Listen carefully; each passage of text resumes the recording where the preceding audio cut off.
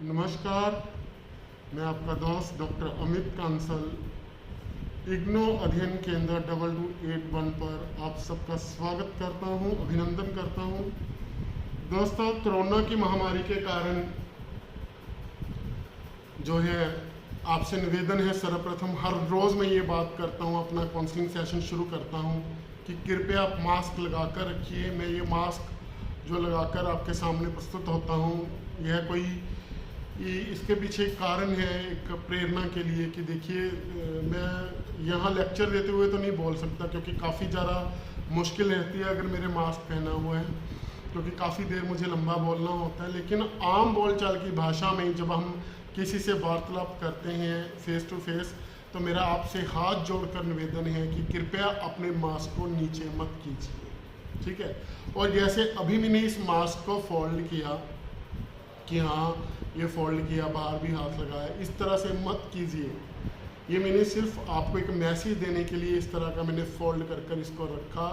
ऐसा मत कीजिए। जो मास्क आपने यूज़ कर लिया उसको जब उतारेंगे तो एक तरफ या तो उसे वॉश करने के लिए रख दीजिए अच्छी तरह से, ठीक है, या फिर उसे डिस्पोज कर दीजिए, ठीक है। उसे बार बार नीचा मत कीजिए, क्योंकि जब हम बात करते हैं किसी के साथ, क्योंकि ये तो फ्रेश मास्क था जो मैंने अभी ये लगाया, मतलब अपने रूटीन मास्क के अलावा जो मैंने यहाँ अपने टेबल पर रखा है अभी आपके लिए डेमोस्ट्रेशन के लिए। तो मेरा आपसे निवेदन है कि जब हम मास्क उतार कर बात करते हैं तो जो हमारे सलाइवा के कण होते हैं वो बहुत दूर तक जाते हैं और इससे भी कोरोना फैलता है। तो कृपया आप बात करते हुए भी अपने मुंह से मास्क मत उतारिए और समय समय पर सैनिटाइजेशन करते रहिए। कोई भी अच्छा सैनिटाइजर यूज़ कीजिए, 6 फुट की दूरी बनाकर रखिए और अननेसेसरी बाहर मत जाइए। चलिए अब हम स्टार्ट करते हैं, जो आज का अपना काउंसलिंग सेशन है उसे आरंभ करते हैं। तो दोस्तों, जो आज का मेरा काउंसलिंग सेशन है वह है इकाई 18 EPS 9 का। EPS 9 का जो कोर्स टाइटल है कंपैरेटिव गवर्नमेंट एंड पॉलिटिक्स है, तुलनात्मक राजनीति और सरकार। उसकी इकाई 18 का जो टॉपिक है जो मैं यहाँ करवा रहा हूँ वह है यूनिटरी एंड फेडरल सिस्टम्स, है ना, एकात्मक और संघात्मक प्रणालियाँ। देखो, जैसे कल हमने जो अंग किए थे सरकार के, कार्यपालिका, विधानपालिका, न्यायपालिका, उनके विभिन्न जो अंग थे, उनका रूप, उनका कार्य, वो हमने उनकी चर्चा की थी। तो जो आज का जो लेक्चर है अपना वो संबंधित है काउंसलिंग सेशन सरकार के संगठन के आधार पर। देखो, सरकारों के अलग अलग रूप हैं लोकतंत्री राज्यों में भी। जैसे हमने संसदीय शासन प्रणाली का रूप किया था, तो वो क्या था, विधानपालिका और कार्यपालिका के बीच में संबंधों के आधार पर कैसे संबंध है उनके बीच में, ठीक है। तो उसके आधार पर सरकारों के दो विभिन्न रूप निश्चित किए गए हैं। किसके आधार पर? विधानपालिका और कार्यपालिका में आपसी संबंधों के आधार पर।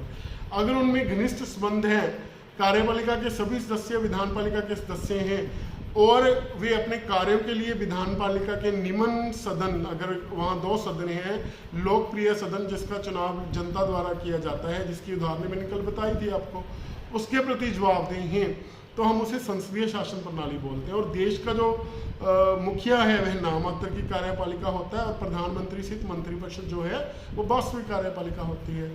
अगर कार्यपालिका और विधानपालिका में घनिष्ठ संबंध नहीं है, जैसे कि अमेरिका में अध्यक्षात्मक शासन प्रणाली है और जो कार्यपालिका का मुखिया है वही देश का मुखिया भी है, जैसे कि वहाँ के राष्ट्रपति हैं, और वही सरकार का भी मुखिया है, और वह विधानपालिका का सदस्य भी नहीं है, तो ऐसी स्थिति में हम उसे अध्यक्षात्मक शासन प्रणाली बोलते हैं, जो मैंने थोड़ी ब्रीफ में आपको बताया। उसी प्रकार से सरकार का संगठन कैसे होता है? सरकार का संगठन 2 आधारों पर हो सकता है। अगर जो सारी शक्तियां हैं प्रशासन से संबंधित वो केंद्र सरकार को प्रदान की गई हैं, और जो क्षेत्रीय इकाइयां हैं वो एक एजेंसी के रूप में काम करती हैं केंद्र सरकार की, जो उनको प्रदत्त कर दी जाती हैं, जो अधिकार क्षेत्र उनको दे दिया जाता है उसी के अनुसार वो काम करती हैं। केंद्र की कृपा दृष्टि पर निर्भर रहती हैं, जो उनको स्वायत्तता दी जाती है उतनी स्वायत्तता ही केंद्र सरकार द्वारा उन्हें दी जाती है जितनी केंद्र सरकार की इच्छा होती है। तो वो प्रशासन, जो क्षेत्रीय इकाई है वो प्रशासन चलाते समय एक एजेंसी के रूप में, केंद्र सरकार की एजेंसी के रूप में कार्य करती हैं। वहाँ शक्तियों की कोई स्पष्ट बांट नहीं होती।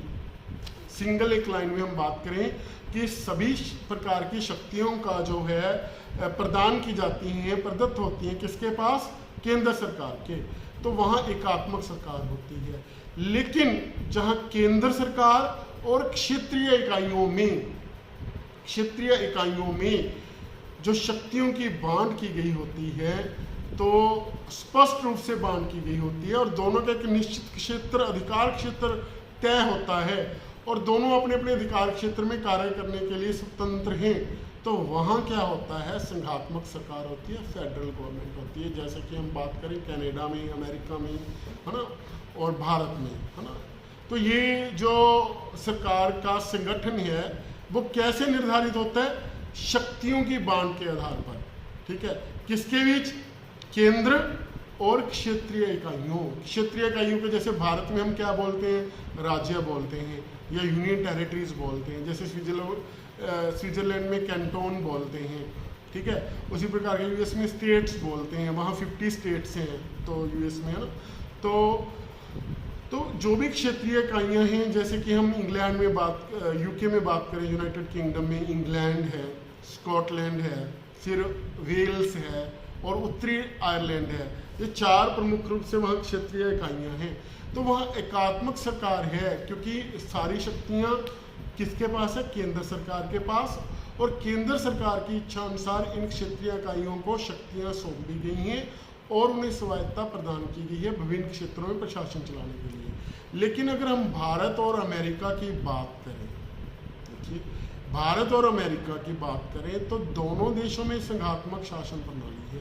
संघात्मक शासन प्रणाली के अधीन संविधान द्वारा जो है शक्तियों की स्पष्ट बांट की गई होती है। ये नहीं कि केंद्र सरकार की इच्छा पर निर्भर है कि उन्होंने क्षेत्रीय इकाइयों को कौन सी शक्तियाँ देनी है, कौन से अधिकार देने हैं। तो जैसे भारत के संविधान के आर्टिकल 246 में हम भारत के संबंध में हम बात करते हैं तो संविधान के अनुच्छेद 246 में 3 अनुसूचियाँ अंकित की गई हैं। देखो क्षेत्रीय इकाइयाँ क्या है? राज्य, और केंद्र क्या है? भारत सरकार, जिसको कहाँ से ऑपरेट करते हैं हम? दिल्ली से ऑपरेट करते हैं, ठीक है, वो दिल्ली से चलती है। तो केंद्र और राज्यों के मध्य शक्तियों की स्पष्ट बांट की गई। आर्टिकल 246 में 3 अनुसूचियाँ क्या? लिस्ट अंकित की गई हैं। पहली सूची है केंद्रीय सूची, उसमें जो है राष्ट्रीय महत्व के विषय हैं। देखिए आप विजन देखिए, राष्ट्रीय महत्व के विषय हम किन्हें बोलते हैं? जिनका संबंध पूरे देश से हो। तो मैं आपसे एक प्रश्न पूछता हूँ, क्या आपने कभी पंजाब रेलवे देखी है? नहीं देखी ना।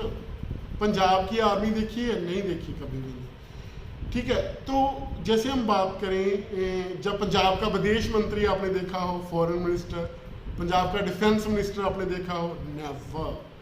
तो कहने का मतलब क्या है कि कुछ ऐसे विषय हैं जो राष्ट्रीय महत्व के हैं, जो केंद्र सरकार के पास ही निहित होते हैं। जैसे कि पूरे देश की सुरक्षा करने का दायित्व किसका है? सीमाओं की रक्षा करने का दायित्व अगर कोई बाहरी हमला होता है तो उसका रोकने का दायित्व किसका है? केंद्र सरकार का। इसलिए इंडियन आर्मी है, इंडियन नेवी है, इंडियन एयरफोर्स है, पैरामिलिट्री फोर्सेस हैं। लेकिन जो इंटरनली जो स्टेट है उसमें शांति व्यवस्था बनाए रखने का दायित्व किसका है? अपना स्टेट गवर्नमेंट का। इसलिए वहाँ पर पुलिस है, विभिन्न राज्यों की पुलिस है, उनका अधिकार अलग से दिया गया है, ठीक है। लेकिन जो देश की सुरक्षा करने का पूरा दायित्व जो है वो किसके पास है? अपना केंद्र सरकार के पास है। इसलिए पूरे देश का नेटवर्क है इंडियन रेलवे का, रेलवे केंद्र के पास विभाग है, डिफेंस का विभाग केंद्र के पास है। नोट कहाँ से छपते हैं? रिजर्व बैंक ऑफ इंडिया के। तो करेंसी किसका विषय हुआ? केंद्र सरकार का। दूसरे देशों के साथ संधिया समझौते कौन करती है? केंद्र सरकार करने को अधिकार है। तो इसलिए वहाँ विदेश मंत्री भी है, विदेश मंत्रालय भी है। तो कहने का अर्थ है कि कुछ ऐसे विषय हैं जो राष्ट्रीय महत्व के हैं, जिन पर कानून बनाने का अधिकार मात्र सिर्फ केंद्र सरकार को होता है, वहाँ की संसद को या विधानपालिका को। तो ऐसे विषय भारत में 97 है, ठीक है। तो फिर हम बात करते हैं राज्य सूची की। अगर हम भारत के संबंध में बात करते हैं आपको समझाने के लिए, क्योंकि आप विजुलाइज कर सकते हैं भारत के संबंध में, तो हम बात करेंगे राज्य सूची की। राज्य सूची की अगर बात करते हैं तो राज्य सूची में क्षेत्रीय महत्व के विषय होते हैं, रीजनल इंपॉर्टेंस के। जैसे कि हम बात करें कृषि की हम बात करें, है ना, तो कृषि जो है क्षेत्रीय महत्व का विषय है, ठीक है। हम बात करते हैं वैसी प्रकार के स्वास्थ्य की बात करें, हेल्थ की, तो वह क्या विषय है, अपना क्षेत्रीय महत्व का है। तो जो विषय जैसे सैनिटेशन का विषय है, ठीक है, तो क्षेत्रीय महत्व का विषय है। तो कहने का अर्थ है कि जिनका संबंध लोगों से सीधे सीधे स्थानिक सरकारों से रहता है, वे विषय राज्य सूची में अंकित किए गए। ऐसे विषय 66 हैं, ठीक है। फिर एक है कंकरेंट लिस्ट, समवर्ती सूची। इस सूची में लगभग 47 विषय हैं जिन पर कानून बनाने का अधिकार केंद्र सरकार और राज्य सरकार दोनों को होता है। और अगर भारत में दोनों सरकारें कानून बना देती हैं, केंद्र और राज्य सरकारें किसी विषय पर, तो राज्य सरकार का कानून उस हद तक जो है रद्द माना जाएगा जिस हद तक वो केंद्रीय कानून की उल्लंघना करता है। तो जैसे कि हम बात करें शिक्षा का, एजुकेशन का विषय, जंगलात का, हम बात करें जस्टिस का, जेल्स का, ऑल दीज जो सब्जेक्ट्स हैं they are in concurrent list, समवर्ती सूची में है ये विषय। तो इस पर केंद्र और राज्य सरकारें दोनों को बनाने का अधिकार है। उसी प्रकार से जो विषय इन सूचियों में नहीं है उन्हें हम अवशिष्ट शक्तियाँ बोलते हैं, रेजिड्यूरी पावर्स बोलते हैं। वो सारी शक्तियाँ केंद्र सरकार को दी गई, ठीक है। ये शक्तियों की बांट की गई है। उसी प्रकार से हम बात करते हैं फाइनेंशियल मैटर्स की, जो वित्तीय स्रोत हैं उनकी भी बांट की जाती है। तो राज्यों को जो भारत में हैं उनकी आत्मनिर्भरता नहीं है फाइनेंशियल रिसोर्सेज में, उनको grant in aid central government की तरफ से मिलती है। जैसे कि हम बात करें सीमा शुल्क की, आयकर की, इनकम टैक्स की, ये टैक्स कौन लगाता है? केंद्र सरकार। अगर हम बात करें एक्साइज ड्यूटी की, भारत में जैसे जो मादक पदार्थ हैं उन पर जो एक्साइज ड्यूटी लगती है वो कौन गवर्नमेंट्स लगाती हैं? स्थानिक सरकारें, कहने का मतलब राज्य सरकारें लगाती हैं। उसी प्रकार से अगर हम भारत में और नीचे लेवल पर आ जाएं तो ग्रामीण क्षेत्रों में पंचायतें हैं, शहरी क्षेत्रों में नगर निगम, नगर पालिकाएँ हैं। तो संविधान के आर्टिकल 73 और 74 के माध्यम से क्लियर कट उनको भी शक्तियाँ और विषय प्रदान किए गए हैं। तो विकेंद्रीकरण आया नीचे तक, इसे हम क्या बोलते हैं? विकेंद्रीकरण। और केंद्र और राज्यों में जब शक्तियों की बात है उसे हम बोलते हैं संघात्मक सरकारें, अगर उसमें ये फीचर होता है। तो दो तरह की चीज़ें हो सकती हैं। कई बार तो क्या होता है, हम उसको बोलते हैं केंद्रीकृत शक्तियों वाली संघात्मक सरकार। जैसे भारत में हम बात करते हैं, अकाली दल ने अनंतपुर साहिब का विषय पारित किया। जब सरकारें कमीशन जो 1983 में इंदिरा गांधी की सरकार ने राज्य और केंद्र के मध्य जो शक्तियों की बांट है उस संबंधी रिव्यू करने के लिए कमीशन बैठाया गया था, जिसके अध्यक्ष रणजीत सिंह सरकारिया थे। तो भारत में जो कुछ इस तरह की पॉलिटिक्स हुई, केंद्रीकरण हुआ, जो सरकारें थी, उसके कारण जो राज्यों में था असंतोष होने लगा कि हमारे क्षेत्रों में हस्तक्षेप हो रहे हैं, हमारी जो राज्य सरकार है वो सुरक्षित नहीं है, इमरजेंसी पावर्स के कारण हमें जो है हमारी सरकारों को समय समय पर जो केंद्र में अपोजिशन की पार्टी की सरकारें हैं अलग से राज्य सरकारों से वो भंग करती हैं। तो भारत में राज्यों द्वारा अधिक अधिकारों की मांग भी की जाने लगी। तो ये किसका नतीजा हुआ? केंद्रीकरण का, संघात्मक सरकार में केंद्रीकरण का। तो ऐसी स्थिति में राज्यों द्वारा अधिक स्वाधीनता की मांग की जाने लगी, हमें अधिकार क्षेत्र ज़्यादा दिए जाएं। केंद्र सरकार सिर्फ 4 विषयों को, जैसे कि हम बात करें रक्षा, करेंसी और जो है अपना करेंसी और रेलवे और विदेशी विषय, इनको छोड़कर बाकी विषय राज्यों को दे दिए। ऐसी मांगें भी उठने लगी। अकाली दल ने तो स्पेशली पंजाब में अनंतपुर साहिब का मता, जिसे हम बोलते हैं रेजोल्यूशन फॉर अनंतपुर साहिब, 1973 में भी पास किया। ठीक है। उसी प्रकार से डीएमके, एडीएमके, इन राज्यों की जो तमिलनाडु में सरकारें थी, दल हैं जो महत्वपूर्ण, उनके द्वारा भी ऐसी मांग उठाई गई। कहने का मतलब क्षेत्रीय दलों द्वारा ऐसी मांग उठाई गई। ये एक प्रवृत्ति के बारे में मैं बात कर रहा हूँ, ठीक है। उसी प्रकार से अगर हम यूएस की बात करें, यूएस में अलग तरह का संघात्मक सरकार है। तो पहली बात तो वहाँ पर दोहरी नागरिकता है। शक्तियों की बांट इसी प्रकार से की गई है, जो है वहाँ शक्तियों की बांट केंद्र और राज्यों के मध्य की गई है, ठीक है। और रेजिड्यूरी पास जो हैं वो राज्यों को दी गई हैं। शक्तियों की बांट स्पष्ट रूप से है, लेकिन वहाँ पर एक बात है कि राज्यों के अपने अलग संविधान हैं, केंद्र का अपना अलग संविधान है। वहाँ दोहरी नागरिकता है। दोहरी नागरिकता का अर्थ क्या है कि जो व्यक्ति अमेरिका में रहता है वो अमेरिका के नागरिक होने के साथ साथ उस राज्य का भी नागरिक है, यहाँ पर वो रहता है, उसको अलग से वहाँ की नागरिकता प्राप्त होती है। फिर वहाँ बात करें दोहरे संविधानों की बात होगी। फिर वहाँ दोहरी न्यायपालिका है, राज्यों के अपने न्यायालय हैं और केंद्र के वहाँ के जो सेंट्रल गवर्नमेंट है उसके अपने न्यायालय हैं। दोहरी न्यायपालिका है, दोहरे संविधान है। तो वहाँ संघ में फ्लेक्सिबिलिटी ज़्यादा रखी गई है। अगर उसी प्रकार से हम बात करें, जो संघ का दूसरा सदन है सीनेट, उसे ज़्यादा शक्तिशाली बनाया गया है। शक्तिशाली, चाहे छोटा राज्य है बड़ा राज्य है, उसको समान प्रतिनिधित्व दिया गया है। सेनेट में प्रत्येक राज्य 2 सदस्य भेजता है और उसके पास हाउस ऑफ रिप्रेजेंटेटिव की अपेक्षा ज़्यादा शक्तियों से प्रदान की गई हैं।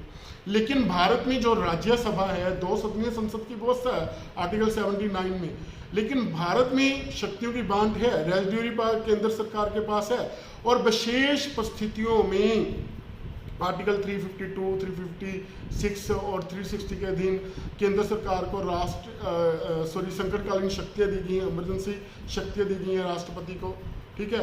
राज्यों के राज्यपाल जो है केंद्र सरकार द्वारा लगाए जाते हैं, ठीक है। और जो अखिल भारतीय अधिकारी हैं IAS, IPS, उनके माध्यम से केंद्र का राज्यों पर नियंत्रण रहता है। ग्रांट यानी एड केंद्र सरकार द्वारा राज्यों को सौंपी जाती है। इलेक्शन कमीशन से लेकर यूनियन पब्लिक सर्विस कमीशन की बात करें, जहाँ हम वित्त कमीशन की बात करें, all these are the centralised agencies, जिसके कारण भारत में जो बोला जाता है संघवाद में केंद्रीकरण हुआ है, सेंट्रलाइजेशन ऑफ पावर्स हुआ है संघात्मक सरकार होने के बावजूद भी। यह जरूरी भी है क्योंकि भारत एक लंबे समय तक ब्रिटिश गुलामी के अधीन रहा। जैसे जैसे केंद्र सरकार कमज़ोर होती है तो आक्रमणों का खतरा बढ़ जाता है। यह भारत की परिस्थितियों को देखते हुए ऐसा हुआ है। लेकिन अमेरिका में जो विभिन्न राज्य थे उन्होंने इकट्ठे होकर फेडरेशन की रचना की थी वहाँ पर, है ना। 1776 में अमेरिका आज़ाद हुआ था, हम बात करते हैं।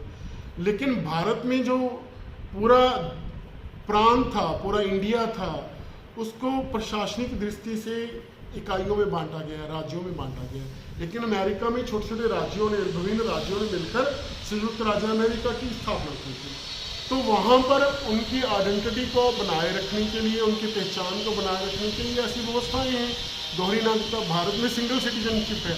आप भारत के किसी भी भूभाग में चले जाइए, जम्मू कश्मीर से लेकर अंडमान निकोबार तक चले जाइए, तो आपको अलग से कोई वहाँ की नागरिकता नहीं मिलती है। भारत के नागरिक हैं और पूरे भारत में एक ही संविधान लागू है। जम्मू कश्मीर में अलग से संविधान था, तो जो NDA की गवर्नमेंट आई प्रधानमंत्री नरेंद्र मोदी जी की अगुवाई में, उसे पिछले जो भी गवर्नमेंट आई 2019 में, तो जम्मू कश्मीर का स्पेशल स्टेटस आर्टिकल 370 और 35A को समाप्त कर उसे केंद्र शासित राज्य बना दिया गया और उसका अलग संविधान, उसका अलग विधान और जो ध्वज था वो समाप्ति की कर दिया गया। तो संघात्मक राज्य में ऐसा, भारत में ऐसी व्यवस्था है कि भारत की एकता और अखंडता बनी रहे, ठीक है। तो परंतु अमेरिका में परिस्थितियाँ अलग थी। वहाँ अलग अलग राज्यों ने मिलकर एक महासंघ, अपना संघ की स्थापना की। वहाँ अलग की सरकार है, तो इसलिए वहाँ पर दोहरी व्यवस्था है। राज्य का जो द्वितीय सदन है, जिसे हम सीनेट बोलते हैं, उसे अधिक मजबूत बनाया गया, ठीक है। दोहरी नागरिकता है, दोहरे संविधान है, दोहरी न्यायपालिका है। तो ऐसी वो सब वहाँ पर है। ये अमेरिका की संघात्मक सरकार की परिस्थितियाँ थी। तो अब हम बात करेंगे यहाँ पर कुछ और शब्दों की जो हम संघ सरकार और एकात्मक सरकारों से बनते हैं। जैसे कि मैंने संघ और एकात्मक प्रणालियों का एक स्पष्ट अंतर करने के लिए हमने बोला कि प्रशासन के क्षेत्रीय सीमा निर्धारण के ढंग और उद्देश्य से निहित होता है। एकात्मक और जो संघीय सरकारें होती हैं उनके प्रशासन, किसी एकात्मक प्रणाली में क्षेत्रीय प्रशासन शुद्ध रूप में कार्य की सुविधा के अनुसार और मोटे तौर पर केंद्र सरकार की एक एजेंसी के रूप में गठित किया जाता है, जबकि संघीय प्रणाली में क्षेत्रीय शासन व्यवस्थाओं का निर्माण संघीय राज्य के अंदर बहुलवाद को समन्वित करने के लिए किया जाता है। तो जैसे कि भारत में बहुलवाद को समन्वित करने के लिए किया गया है कि भारत में अलग अलग भाषाएं हैं, अलग अलग क्षेत्र हैं, उनको समन्वित करने के लिए संघात्मक सरकार की व्यवस्था की गई है, भिन्नता में एकता की स्थापना करने के लिए। ठीक है, तो अब हम एक कुछ टर्म्स हैं उनके बारे में बात करेंगे, जैसे स्वदेशीय विकेंद्रीकरण। स्वदेशीय विकेंद्रीकरण क्या है? जिसमें केंद्र या राष्ट्रीय सरकार एक विशेष कार्य क्षेत्र में सत्ता स्थानीय प्रांतीय सरकारों के हवाले कर देती है। किसी विशेष उद्देश्य से सत्ता या शक्तियां स्थानीय सरकारों के हवाले कर देती है, क्षेत्रीय सरकारों के हवाले कर देती है केंद्र सरकार। होता एकात्मक सरकार ही है वहां पर, जैसे कि उसकी उदाहरण हम देखें ब्रिटेन और फ्रांस, इसकी उदाहरण ही है। वहाँ एकात्मक सरकारें हैं, सारी शक्तियाँ केंद्र सरकार के पास है। लेकिन स्वदेशीय विकेंद्रीकरण किसी खास उद्देश्य के मकसद से वो सत्ता और शक्तियों का हस्तांतरण हम क्षेत्रीय सरकारों और जो स्थानिक सरकारों को हवाले कर देते हैं, प्रांतीय सरकारों के हवाले कर देते हैं। उदाहरण के लिए इसका कैसे किया है, इसमें इसकी संबंधी कोई व्यवस्था अगर संविधान में है तो संशोधन कर किया जाता है। जब कोई कार्यकारी आदेश पारित करके ऐसी व्यवस्था कर दी जाती है तो सरकार के आदेश द्वारा या विधिवत कोई संशोधन करके ऐसी व्यवस्था की जाती है कि जो प्रांतीय सरकारें हैं, केंद्र सरकार उन्हें अपनी सत्ता का जो शक्तियों का हस्तांतरण उन्हें कर देती है। फिर एक केंद्रीकरण जो संघात्मक प्रशासन है उसमें एक टेंडेंसी रहती है, जैसा कि मैंने भारत में बताया। ठीक है, जैसे कुछ विषयों को जो राज्य सूची में विषय था, उदाहरण के लिए हम शिक्षा की बात करें, वो पहले राज्य सूची में अंकित विषय था, लेकिन उसे संवर्ग की सूची में अंकित कर दिया गया। जहाँ हम बात करें कि आर्टिकल 249 के अधीन अगर राज्यसभा जो संसद का द्वितीय सदन है भारत में किसी विषय को जो राज्य सूची में अंकित है राष्ट्रीय महत्व का घोषित कर दे, तो प्रस्ताव पारित कर दे राज्यसभा आर्टिकल 249 के अधीन, तो उस पर कानून बनाने का अधिकार भी केंद्र सरकार को मिल जाता है। और फिर हम बात करते हैं कि पहले तो जो विषय हैं उनकी संख्या बहुत ज़्यादा है जो राष्ट्रीय सूची में अंकित हैं, फिर वो अधिक महत्वपूर्ण है। फिर केंद्र सरकार को हस्तक्षेप करने का अधिकार है, अवशिष्ट शक्तियाँ केंद्र को दे दी गई हैं, और महत्वपूर्ण कर लगाने का अधिकार जो है वो भी केंद्र सरकार के पास है। अनेकों केंद्रीकृत संस्थाएं हैं जिनके माध्यम से केंद्र सरकार प्रांतीय सरकारों पर नियंत्रण रखती है। ठीक है, तो यह क्या है, केंद्रीकरण की प्रवृत्ति है जो संघ में पाई जाती है, संघात्मक सरकारों में पाई जाती है। ठीक है, तो जर्मनी का एक उदाहरण हम देखते हैं कि जर्मनी का संघीय संविधान संघीय सरकार के विशेष रूप से मानक कानून बनाने का अधिकार देता है, और इसमें मोटे तौर पर उपरोक्त सभी विषय शामिल होते हैं जिन पर राज्य कानून बना सकते हैं। देखो, राज्य सरकारों को जर्मनी का जो फेडरल कॉन्स्टिट्यूशन है, राज्य सरकारों को जो राज्य सूची में अंकित विषय हैं उन विषयों पर कानून बनाने का अधिकार प्रदान किया गया। लेकिन जर्मनी के संघीय संविधान के आर्टिकल 75 के अनुसार अगर संघ मानक कानून पारित करता है तो राज्यों के लिए विधि द्वारा निर्धारित एक पर्याप्त सीमा के अंदर आवश्यक राष्ट्रीय कानून प्राप्त करना आवश्यक है। तो यूनिफॉर्मिटी बनाए रखने के लिए राज्य सूची में जो अंकित विषय हैं उन पर भी केंद्र सरकार जर्मनी में कानून बना सकती है। और उसी प्रकार से हम बात करते हैं, ये केंद्रीकरण की एक प्रवृत्ति हमने बात की।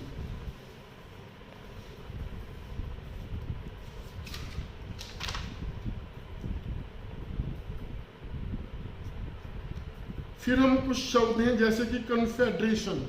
कन्फेडरेशन, महासंघ की बात करते हैं हम। महासंघ का क्या मतलब है? जब कुछ स्वतंत्र राज्य इकट्ठे होकर एक बड़े महासंघ की स्थापना करते हैं, जैसे कि यूरोपियन यूनियन इसकी उदाहरण है, जहाँ हम बात कर सकते हैं स्वतंत्र राष्ट्रमंडल की बात कर सकते हैं। जैसे राष्ट्रमंडल कॉमनवेल्थ में वे सभी देश शामिल हैं जो कभी ब्रिटिश सत्ता के अधीन रहे थे, भारत भी उसका सदस्य है, 51 देश ऐसे हैं। या यूरोपियन यूनियन की हम बात करते हैं, उसमें यूरोप के जो प्रमुख देश हैं उन्होंने अपना एक संघ बनाया और यूरो नाम की एक साझी करेंसी भी की। और इसमें एक बात याद रखिए कि जो महासंघ होता है उसमें से किसी भी जो राज्य को अपना स्वतंत्र होने की आज्ञा रहती है, वो किसी भी वक्त अपने महासंघ को छोड़ सकता है, उससे अलग हो सकता है ना। परंतु जो संघ होता है उसमें से राज्य को बाहर जाने का अधिकार नहीं होता। अगर भारत में कोई राज्य ये कहे कि मैं भारत से अलग स्वतंत्र होना चाहता हूँ, तो ये भारत की जो अखंडता है, एकता, उस पर चोट होगी और जहरबाज करोड़ माना जाएगा, क्योंकि भारत की जो भूमि है वो अखंड है। ऐसा किसी संघीय इकाई को ऐसा अधिकार नहीं है। लेकिन महासंघ में जैसे हम यूरोपियन यूनियन की बात करें, कोई भी जो यूरोपियन यूनियन का सदस्य है वो अलग हो सकता है उससे। यूरोप का कोई भी देश अपने अगर उसके देशों को लगता है कि मेरे राष्ट्र के हित के अनुकूल नहीं है तो वो अलग हो सकता है। वैसे ही जो राष्ट्रमंडल उससे भी कोई भी देश, भारत भी अगर चाहे कभी भी अगर उसको लगता है कि ये मेरे हित में नहीं है तो भारत बाहर आ सकता है। ठीक है। दूसरी अगर उसी तरह के एक व्यवस्था है संघ की तरह ही लीग। लीग क्या होती है? जो क्षेत्रीय व्यवस्थाएं होती हैं। कुछ क्षेत्रीय राज्य शब्द का यहाँ मैं जो प्रयोग कर रहा हूँ मैं एक देश के संदर्भ में कर रहा हूँ, राजनीति शास्त्र के संदर्भ में। तो जब कुछ देश, राष्ट्र इकट्ठे मिलकर अपने क्षेत्रीय हितों के लिए पूर्ति के लिए इकट्ठे होते हैं उसे हम लीग बोलते हैं। उदाहरण के लिए हम बात कर सकते हैं सार्क की, south Asian association of regional cooperation, जिसमें भारत भी एक उसका सदस्य है। अफगानिस्तान 8वां सदस्य बना, 8 सदस्य हैं। नेपाल है, भूटान है, पाकिस्तान है, बांग्लादेश है, ठीक है, और मालदीव है, श्रीलंका, ये सारे देशों ने मिलकर सार्क बनाया। उसी तरह से हम बात करते हैं आसियान की, association of south east Asian nation, जिसमें जो एशिया के पूर्वी देश हैं उसके बहुत सदस्य हैं, जैसे कंबोडिया, वियतनाम, लाओस, ये सारे इसके सदस्य हैं, बर्मा, ठीक है। तो ये लीग बना लेते हैं। अरब लीग की बात कर सकते हैं हम, है ना। उसी प्रकार से NATO, north atlantic treaty organisation, जो अमेरिका की अगुवाई में बनी थी, ठीक है, एक सैन्य संगठन है। तो अलग अलग देश मिलकर ये लीग्स भी बना सकते हैं अपने उद्देश्यों की पूर्ति के लिए, ठीक है। और ये सारी व्यवस्थाएं संयुक्त निर्णय प्रक्रिया के अधीन काम करती हैं तथा साझे आर्थिक राजनीतिक हितों और देशों की पूर्ति के लिए मिलकर काम करने के बारे में अनेक देशों की सामूहिक इच्छा से बनती हैं। इनका उद्देश्य अलग से है, लेकिन संघात्मक सरकार में जो शक्तियों का बांट की जाती है वो प्रशासनिक सुविधा के लिए की जाती है।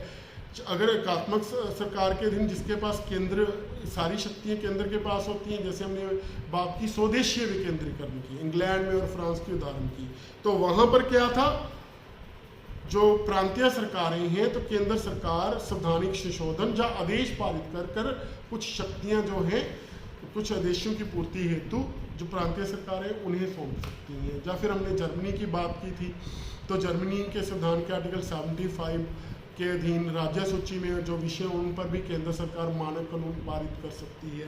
तो ये अलग अलग प्रवृत्तियां थी जो हमने बात की। भारत की संघ की बात की हमने कि कैसे शक्तियों की बांट की गई है, वित्तीय शक्तियों का जो होता है वो भी एक डिवीज़न होती है ना। और फिर हमने बात की अमेरिका की, वहाँ पर दोहरी नागरिकता का व्यवस्था है, दोहरे संविधान है, ठीक है। और संविधान एक और यहाँ बात रहेगी, तो जो संघात्मक सरकार होती है ना वहाँ पर संविधान कंपैरेटिवली दूसरे राष्ट्रों के सख्त होता है।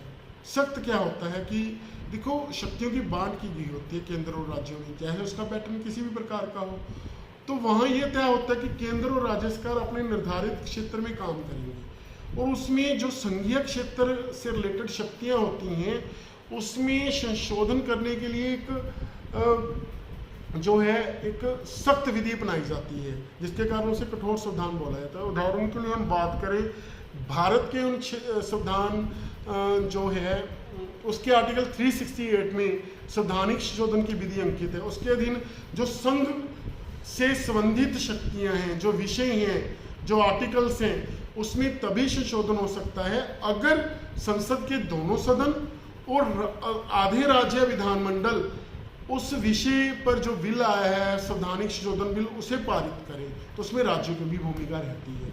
अदरवाइज जो साधारण विषयों पर साधारण बहुमत में संसद जो है संशोधन कर सकती है, या फिर 2/3 बहुमत के संसद के दोनों सदनों के 2/3 बहुमत से अपने अपने जो प्रोसेस है उसके आधार पर संशोधन हो सकता है। लेकिन जो संघात्मक राज्य और संघ सरकार से संबंधित विषय हैं, जो संघ सरकार की दृष्टि से महत्वपूर्ण है, उन विषयों पर संशोधन करने का अधिकार संसद के साथ साथ राज्यों के आधे विधानमंडलों की उनकी स्वीकृति भी चाहिए।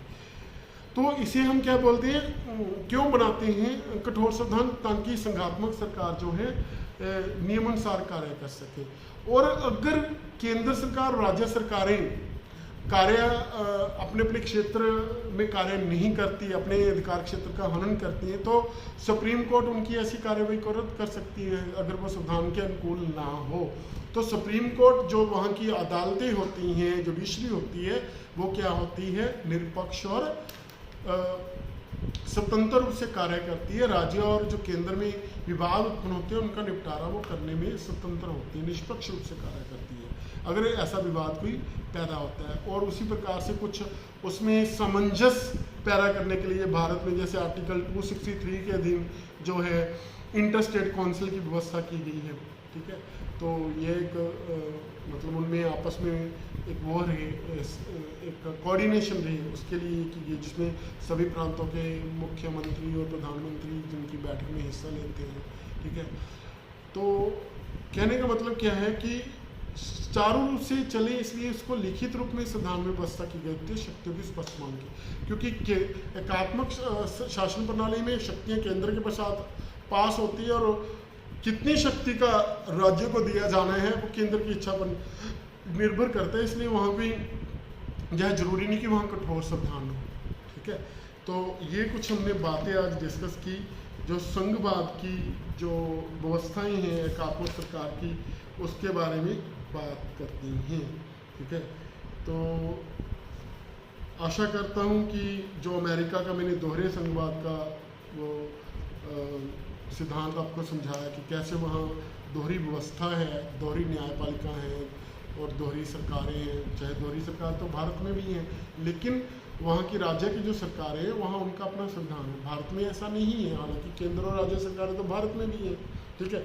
दोहरी नागरिकता है वहाँ पर, है ना, तो दोहरी न्यायपालिका है, क्योंकि वहाँ के अपनी प्रत्येक स्टेट का अपनी न्यायालय है। हालांकि सुप्रीम कोर्ट में स्टेट के न्यायालय के विरुद्ध अपील की जा सकती है, तो वहाँ की अपनी अलग व्यवस्था है। तो आशा करता हूँ कि आपको समझ पड़ गया होगा कि जो है शक्तियों की बांट के आधार पर जो है राज्यों में सरकारों का गठन 2 आधारों पर होता है, एक एकात्मक और संघात्मक सरकारों में। जबकि विधानपालिका और कार्यपालिका के आपसी संबंधों के आधार पर सरकारें 2 प्रकार की हो सकती हैं, एक संसदीय सरकार और एक अध्यक्षात्मक सरकार। तो आज हमने जो है 18 इकाई में संघ सरकार के बारे में समझा और संघ में शक्तियों का वितरण कैसे होता है उसके बारे में किया कि कानूनी शक्तियों का वितरण भारत के उदाहरण के मामले में हमने समझा। वैसे ही राष्ट्रीय महत्व के विषय अन्य राज्यों में भी केंद्र सरकार को सौंपे। फिर हमने वित्त का निर्धारण किया, जैसे केंद्र द्वारा कुछ महत्वपूर्ण कार्य इकट्ठे करने का अधिकार अपने पास रखा जाता है, ग्रांट इन एड राज्यों की दी जाती है। कुछ जो है संघ की आबकारी नीतियों में जो है संभागीय भागीदारी रहती है, राज्यों को राजस्व के विधानिक सहायता अनुदान मिलता है, किसी लोक कार्य के लिए अनुदान राज्य सरकारों को केंद्र सरकार प्रदान करती है। तो ये सारे विषय जो हैं वित्तीय शक्तियाँ थी। उसी प्रकार से प्रशासनिक शक्तियों की भी बांट हो सकती है, जैसे राज्यपाल हैं, IAS IPS अधिकारी हैं, चुनाव कमीशन है, वित्त कमीशन है, हम नीति आयोग की बात करते हैं। ये सारा क्या है, प्रशासन की दृष्टि से शक्तियों की बांट की गई है।